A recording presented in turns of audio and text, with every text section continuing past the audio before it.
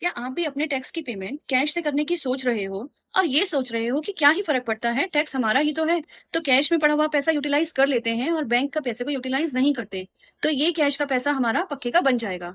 तो आप बिल्कुल गलत सोच रहे हो। फर्क पड़ता है, क्योंकि आपसे बाद में ये पूछा जा सकता है कि इस कैश का सोर्स क्या है, ये कैश कहाँ से आया। फॉर एग्जाम्पल, आपका टैक्स बनता है 20 लाख रुपए का और आप उसकी पेमेंट 20 लाख रुपए जो आपके पास कैश पड़ा है उससे करने की सोच रहे हो। तो डिपार्टमेंट आपको नोटिस भेज सकता है कि ये 20 लाख रुपए कैश कहाँ से आया है, इसका सोर्स क्या है।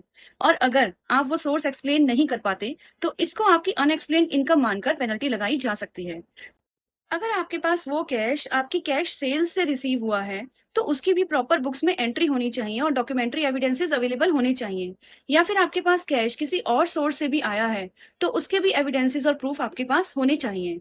तो अगर कभी भी आप अपनी टैक्स की पेमेंट कैश से करने की सोचें, तो उसको सोच समझ कर ही करें। और ऐसी और अपडेट्स के लिए फॉलो करें सीए शिखा ऑफिशियल को।